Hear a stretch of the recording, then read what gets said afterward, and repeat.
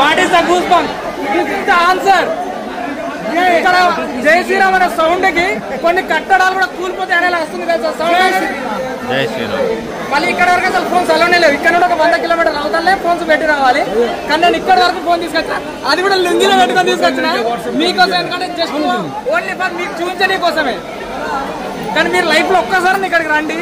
ఈ జనాలని దీన్ని చూస్తే అసలు వేరే లోకంలో ఉన్నట్టు అనిపిస్తుంది. తెలుసా, ఈ వైద్య వేరే ఉంటుంది. నా దరిద్ర తెచ్చిన పాపానికి ప్రతి ఒక్కరు ఫోటో తీయమంటారు. దగ్గర దగ్గర ఫోటోలు తీస్తా. వాళ్ళందరికీ ఎట్లా పంపారో నాకైతే అర్థమవుతలేదు. అయినా ఓకే, ఇంత కష్టపడి వచ్చినందుకు ఎవరు కూడా కష్టం అనుకోకుండా తీసిన ఓకే. అందరు కట్టి ఒకసారి జై శ్రీరామ్. ప్రజెంట్ నేనైతే ఇప్పుడు ప్రయాగరాజ్లో ఉన్నా. ప్రయాగరాజ్ నుంచి అయోధ్యకి అయితే పోతున్నాం. ప్రయాగరాజ్ నుంచి అయోధ్య ఒక 160 కిలోమీటర్లు ఉంటుంది. అయితే ఇక్కడ క్రౌడ్ ఎక్కువ ఉండుట్లా ఇక్కడ బస్ స్టాండ్ అనేది క్లోజ్ చేసిర్రు. క్లోజ్ చేసి ప్రయాగరాజ్ అవతల పాపవ్యూ అనే ప్లేస్ నుంచి ఇట్లా ఒక బస్ స్టాండ్ అయితే పెట్టిర్రు. ఈ బస్ స్టాండ్ లెక్క అన్నట్టు. అంటే లక్నో కానీ అయోధ్య కానీ మళ్ళీ అటు రాజస్థాన్ పోయే బస్సెస్ అన్ని ఇక్కడ ఉన్నాయి. ఇప్పుడు అంటే ఇవాళ మాత్రమే ఉన్నాయి, ప్రతిరోజు ఇట్లుంటానని లేదు. క్రౌడ్ తక్కువ అయినాక మళ్ళీ యథావిధిగా స్టార్ట్ అవుతాయి బస్సెస్.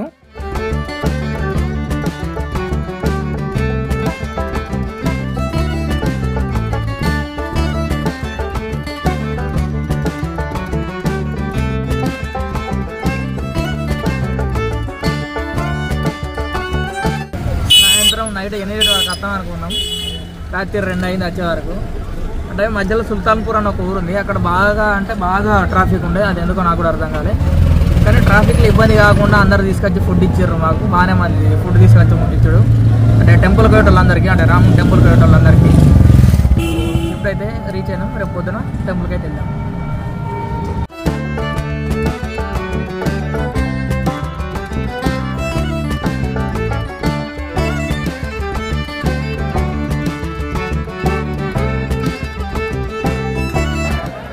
సో ఫ్రెండ్స్, ఇప్పుడైతే నేను అయోధ్యలో చాలా ముఖ్యమైన ప్లేసులలో ఒకటైన సరయూ నదిలో అయితే ఉన్నా. ఇదే సరయూ నది ఒడ్డున ఉన్న అయోధ్యలో శ్రీరాముడు పుట్టిండు.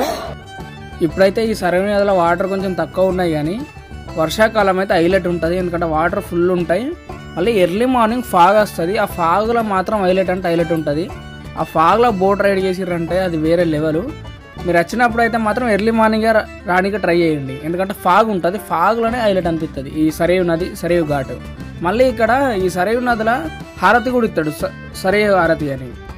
అంటే మనకు ఈ కాశీలో కానీ రిషికేశ్లో కానీ ఇట్లా గంగా హారతి ఇస్తారు కదా హరిద్వార్లో, ఆ గంగా హారతి లాగా ఇక్కడ సరయూ హారతి కూడా ఇస్తారట. నాకు ఇక్కడికి వచ్చినాకనే తెలిసింది ఆ విషయం. ఇది 6-6:30కి ఇట్లా ఇస్తారట సాయంత్రం. సో నేనైతే అది చూపించడానికి ట్రై చేస్తాను. మీరు వచ్చినప్పుడు మాత్రం పక్కా చూడండి. ఇక్కడనైతే ఈ సరయూ ఘాట్ పక్కన అయితే లక్ష్మణ్ కిలా అని అవుతున్నది. అయితే అదైతే పోయి చూద్దాం రండి. మళ్ళీ ఇక్కడ చూడాల్సిన ప్లేసెస్లల్లో అంటే రామ జన్మభూమి ఒకటి, ఇంకోటి హనుమాన్ గారి టెంపుల్, దశరథ్ మహల్, కనక్ మహల్ అని ఇంకా వేరే ప్లేసెస్ కూడా ఉన్నాయి. అవన్నీ కూడా చూద్దాం.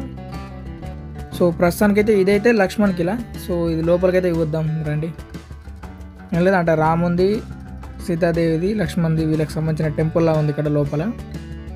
కానీ దీని ఆర్కిటెక్చర్ మాత్రం హైలైట్ అంటే హైలైట్ ఉంది. అంటే కలరింగ్ కానీ వాళ్ళ విగ్రహాలు కానీ మస్తు అంటే మస్తు ఉన్నాయి.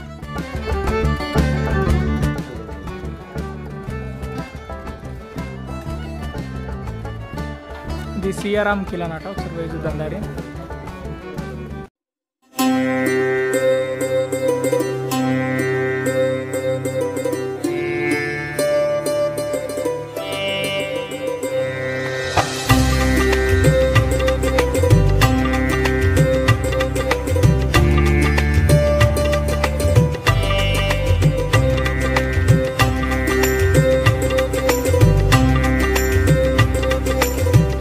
అయితే ఇప్పుడు హనుమాన్ గారి అనే టెంపుల్కి అయితే వెళ్తున్నాం. అయోధ్య వచ్చిన ప్రతి ఒక్కరు ఫస్ట్ హనుమాన్ గారి టెంపుల్ అని దానికే పోతారు. సో లైన్ అయితే ఘోరం అంటే ఘోరం పెద్దగా ఉంది. అటు ఇటు అని చూసి మధ్యలో నూకిరా, కానీ ఎవడు ఏమనలే. ఓకే మంచోళ్ళే. సో ఫస్ట్ అయితే హనుమాన్ గారి టెంపుల్ చూసి తర్వాత రామ్ జన్మభూమికి అయితే పోతాం. ఓకేనా పార్క్.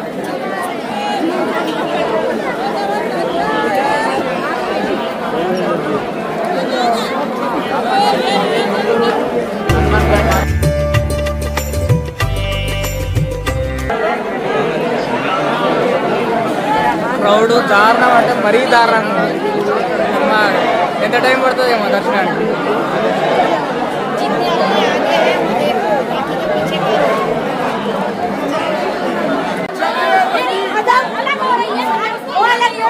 अरे भगवान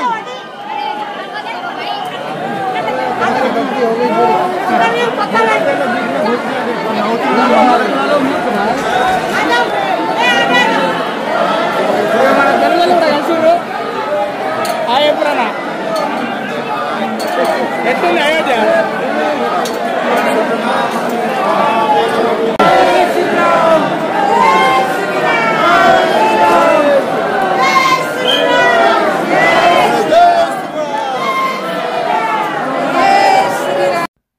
మొత్తానికైతే ఈ జనాలంతటిని దాటుకొని ఈ టెంపుల్కి అయితే వచ్చిన.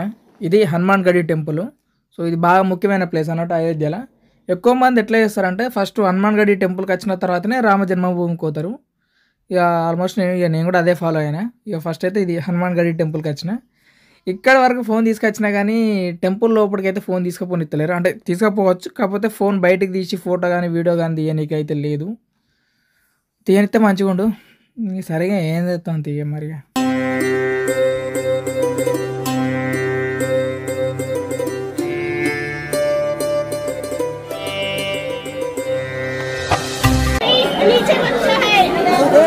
अरे नीचे थोड़ा देखो माता जी।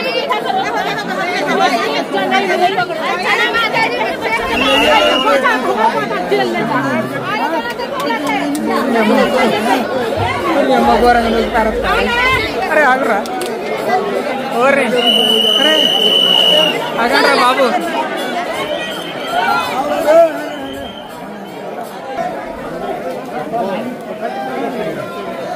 మొత్తానికైతే సారీ హనుమాన్ గారి దర్శనం అయితే అయింది. ఇప్పుడు రామ మందిరికి పోవాలి, రామ జన్మభూమికి. జనాలు మాత్రం ఘోరంగా అంటే ఘోరంగా ఉన్నారు. ఘోరం దొబ్బేసుకుంటారు, మొత్తం తొక్కి పారేసేటట్టే ఉన్నారు.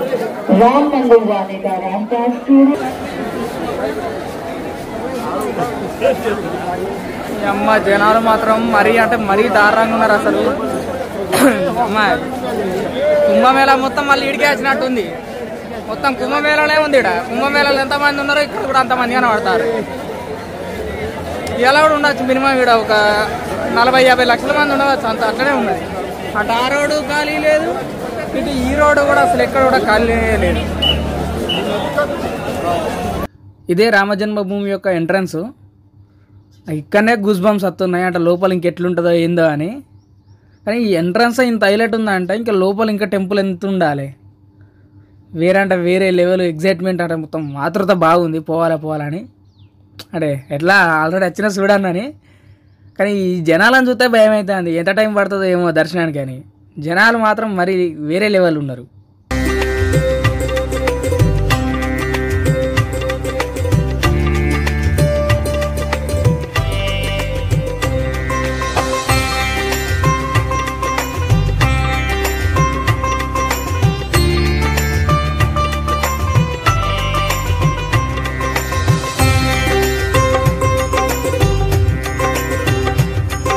అసలు ఏంద్రా ఈ జనాలు, మొత్తం సునామీ ఉన్నట్టే ఉంది. ఘోరంగా అంటే ఘోరంగా ఉన్నారు జనాలు. ఎంత టైం పడుతుంది ఏమో దర్శనానికి. అయితే ఇంతకుముందు ఒకటి ఉంది చూసారా, అంటే చెకింగ్ పాయింట్ లాగా ఉండి అక్కడ నుంచే లైన్ కట్టారు. అయితే యాక్చువల్గా అదే నేను టెంపుల్కు లైన్ అనుకున్నా, కానీ అది కాదు. ఇటు వచ్చినాక ఇక్కడ సామాన్ పెట్టుకోనికి ఉండి అంటే లాకర్స్ ఉండి, మళ్ళీ లాకర్స్ నుండి ఇంకా ముందుకు పోతే లైన్ ఉంది. అంటే ఇంకా టెంపుల్ ఇంకా చాలా అంటే చాలా లోపలికి ఉంది. ఇంకెంత టైం పడుతుందో ఏమో తెలియదు.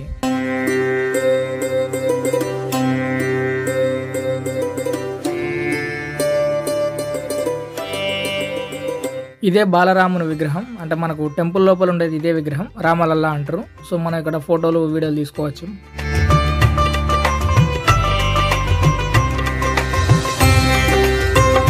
ఈ లైన్ మొత్తం లాకర్స్ కోసం, అంటే ఫోన్స్ కానీ మన లగేజ్ కానీ పెట్టుకోవచ్చు. చాలా ఐటమ్స్ అయితే లోపలికి అలో ఉండదు. సో మేము పోయినప్పుడు అయితే ఫోన్స్ కూడా అలో లేకుండే, కానీ ఎప్పుడు అలో చేస్తారో ఎప్పుడు అలో చేయరనేది తెలియదు.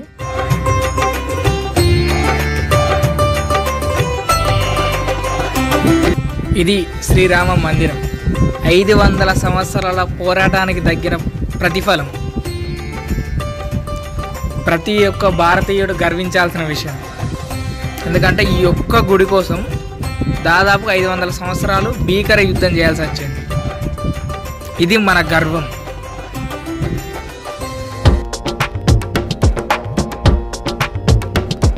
మొత్తానికైతే నా దర్శనం అయితే కంప్లీట్ అయింది. కానీ టెంపుల్లోకి పోతే అంటే వేరే లెవెల్ ఉంది. ఒక్కటేసారి గూజ్ బంప్స్ వచ్చినాయి నాకైతే. కానీ ఇంకా టెంపుల్ అయితే ఇంకా 100% కంప్లీట్ కాలే, కన్స్ట్రక్షన్ ఇంకా చాలా ఉంది కట్టేది. కానీ అంటే నేను పోయిన రోజైతే ఫోన్స్ అలో లేకుండే. ఇది నేను సెకండ్ టైం దర్శనానికి కూడా. ఫస్ట్ టైం పోయినప్పుడు నేను అది ఫోన్ లేకుండానే పోయినా. కానీ సెకండ్ టైం మెల్లగా చూడకముందు ఇట్లా ఫోన్ తీసుకొని పోయినా. అంటే లక్షల మంది వస్తే అందులో 10-20 మంది మాత్రమే ఫోన్లు లోపలికి తీసుకుపోగలిగారు. అందులో నేను ఒకని అంతే. కానీ వేరే లెవెల్ ఉంది. ఇది ఎట్లుంది అనేది మాటలలో ఎప్పుడైతే చాలా కష్టం. మీరు వచ్చి సొంతంగా ఎక్స్పీరియన్స్ అయితేనే అర్థమవుతుంది. మాటలలో ఎంత చెప్పినా వేస్టే, వీడియోలలో ఎంత చూపించినా వేస్టే. ఎందుకంటే 500 సంవత్సరాల తర్వాత మనకు దక్కిన గౌరవం అది, మన గర్వం అది. వచ్చి చూడకపోతే ఎట్లా పూరి. ఇప్పుడైతే నేను సరయు హారతిని చూడడానికి పోతున్నా. నాకు కూడా ఇంతవరకు సరయు హారతి అని ఉంటుందన్న సంగతి కూడా నాకు తెలియదు. అయోధ్యకి వచ్చినాకనే తెలిసింది. పోయి చూద్దాం మరి ఎట్లుంటుందో. ఇప్పుడు నేను నడుస్తుంది ఒక లైను, నా వెనక ఇంకొక లైన్ ఉంది. మీరు పోతే ఈ లైన్లో పోవాలి, లేకపోతే ఆ లైన్లో పోవాలి. ఒకవేళ మిస్ అయింది అనుకో, ఈ లైన్లో మీరు ఆ లైన్లో పోవాలి. కానీ ఈ లైన్లో వచ్చారనుకో, ముందు కన్నా వెనక కన్నా 3 కిలోమీటర్లు నడిచి మళ్ళీ ఆ లైన్లోకి పోవాలి. జస్ట్ మీరు ఇక్కడ ఉన్నారు, అక్కడ డామినోస్ ఉందా, ఇక్కడ నుండి అక్కడికి డామినోస్ కోనంటే 6 కిలోమీటర్లు నడవాలి. మధ్యలో అంటే మొత్తం బ్యారిగేట్లు వేసి ఉంటాయి. ఏమన్నా కథలు పడ్డారు అనుకోర్రి, సిఆర్పిఎఫ్, యూపీ పోలీస్ మొత్తం ఇక్కడనే ఉంది. సింపుల్గా లావట్ అవతల వాడతారు, అంతే, ఏం లేదు. కాబట్టి వచ్చినప్పుడు మాత్రం మంచిగా గుర్తుపెట్టుకోరు, జాగ్రత్తగా ఉండరు. ఎందుకంటే పోతే ఆ లైన్లో పోండి, లేదంటే ఈ లైన్లో రండి. ఎందుకంటే టైం వేస్ట్ బాగా అవుతుంది, నడవడం బాగా కష్టమైంది. ఇప్పటికే తిరిగి కలిసిపోతున్నాం.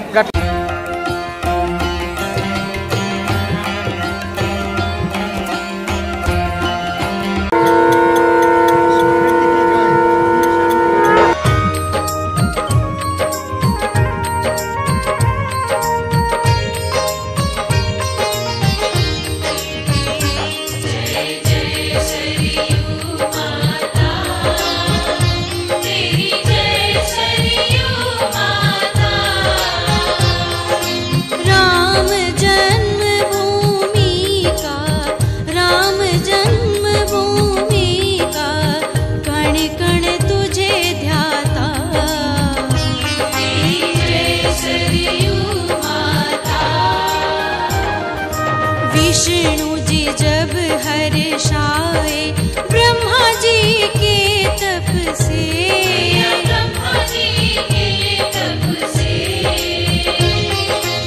उनके नेत्रों से प्रगटी प्रेम अश्रु बन के। जय सरयू माता, नैनों से जल बिंदु